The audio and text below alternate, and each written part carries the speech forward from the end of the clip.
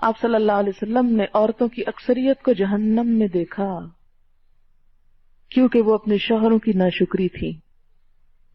اب دیکھیں کہ شوہر بیوی کو پروٹیکشن دیتے ہیں، اس کی ساری ضروریات پوری کرتے ہیں، اور پھر اگر کوئی ایک ضرورت پوری نہ کر سکے یا کسی ایک پہلو میں کوئی کمزوری دکھائے تو وہ کہیں ہم نے تو کوئی سکھ ہی نہیں پایا یہاں آ کر.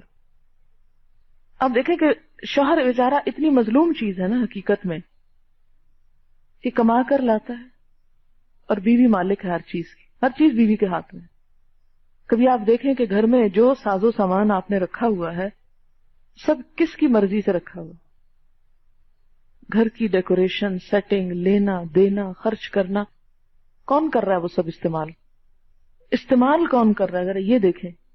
آپ کر رہے ہیں، مالک آپ بنے بیٹھے ہیں، بچے کس کے؟ آپ کے ہیں. لیکن اس کے باوجود اکثریت عورتوں کی شوہر کی محنت، شوہر کی جو بھی تکلیف ہے اس کی کچھ قدردانی نہیں کریں گی. وہ سمجھیں کہ شوہر سارا دن باہر جو محنت کر کے شاید کھیل کود کے آ گیا، جو وہ تنخواہ لا کے آپ کو دے رہا ہے، یا جو چلے بعض اوقات وہ آپ کو نہیں دے رہا لیکن آپ پہ خرچ تو کر رہا ہے نا. جس گھر میں آپ رہتے ہیں اس کا کرایہ کون دیتا ہے؟ شوہر ہی کی تنخواہ سے آتا ہے، یا اسی نے آپ کو بنا کر دیا ہے. اور اگر وہ کام نہ کرے تو آپ سڑک پہ بیٹھے ہوں، جیسے بہت سے لوگ بیٹھے ہوئے ہیں جن کے شوہر کام نہیں کرتے. آپ کو فاقے تو نہیں کاٹتے، کھاتے ہیں نا، ناشتہ بھی کرتے ہیں، چلے بہت اعلیٰ درجے کا نہ صحیح، جیسا بھی صحیح. دوپہر کو بھی جا کے کچھ نہ کچھ کھاتے ہیں، رات کا کھانا بھی کھاتے ہیں، لباس پہنے ہوئے ہیں نا، چیتھڑے تو نہیں لٹکے ہوئے کسی کے اوپر، ہے سب کچھ. بچے بھی تعلیم حاصل کر رہے ہیں، سب ہو رہا ہے. اس کے باوجود اکثر عورتیں شوہر سے سیدھے منہ بات نہیں کرتی، اور ہر مجلس میں بیٹھ کے ہر انسان کو کہتی ہیں ہم اپنے شوہر سے خوش نہیں. ہر کسی کو یہ کہتی ہیں ہم مطمئن نہیں، ہم مطمئن نہیں. اکثر عورتوں کی مجلسوں میں شوہروں کے خلاف بد زبانی ہو رہی ہوتی ہے. یہ ناشکری کا رویہ جس کے نتیجے میں گھر میں کبھی خوشی نہیں آتی. لکھ لیں اپنے پاس، جو عورت شوہر کی ناشکری ہوگی اس کے گھر میں کبھی خوشی نہیں آ سکتی، اس کی زندگی میں خوشی نہیں آ سکتی. وہ شوہر کی خوبیوں کو تو دیکھے، وہ شوہر ہے، فرشتہ تو نہیں، اس میں ضرور کمی کوتاہی ہوگی. اس کو چھوڑ کے کہیں اور چلی جائے، وہاں بھی آپ کو فرشتہ نہیں نظر آئے گا، وہ بھی انسان ہوگا، کیونکہ دنیا میں انسانوں کا گزارا انسانوں ہی کے ساتھ ہے. ایسا نہ ہو کہ قیامت کے دن وہ تو کہیں اور پہنچ جائے اور آپ ناشکری کر کر کے جہنم میں جا پڑیں.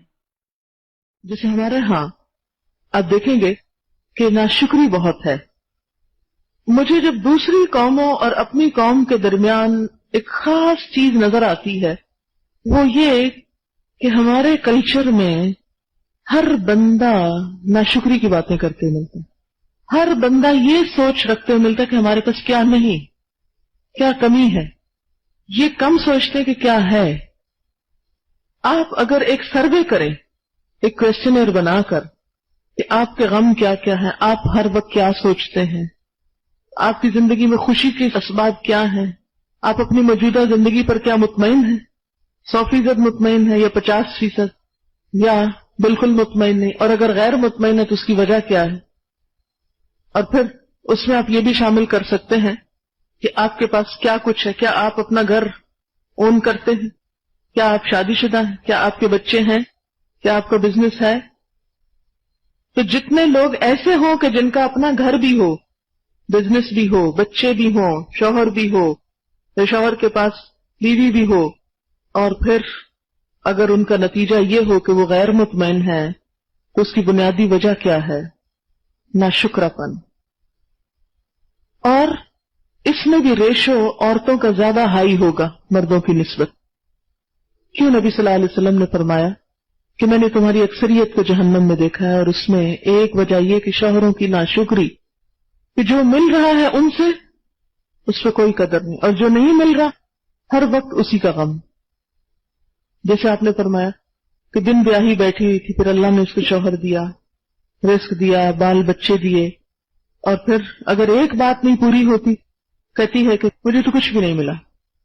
میں نے اکثر یہ دیکھا ہے کہ لڑکیاں خوشی خوشی شادی کرتی ہیں، شوق سے انتظار میں ہوتی کب رشتہ آئے، پریشانی لاحق رہتی ہے، ہر وقت غم لاحق ہے، شادی نہیں ہو رہی، سب کام پینڈنگ ہے کہ شادی ہوگی تو کام شروع کریں گے. چلے ہو گئی کسی طرح، چند دن تو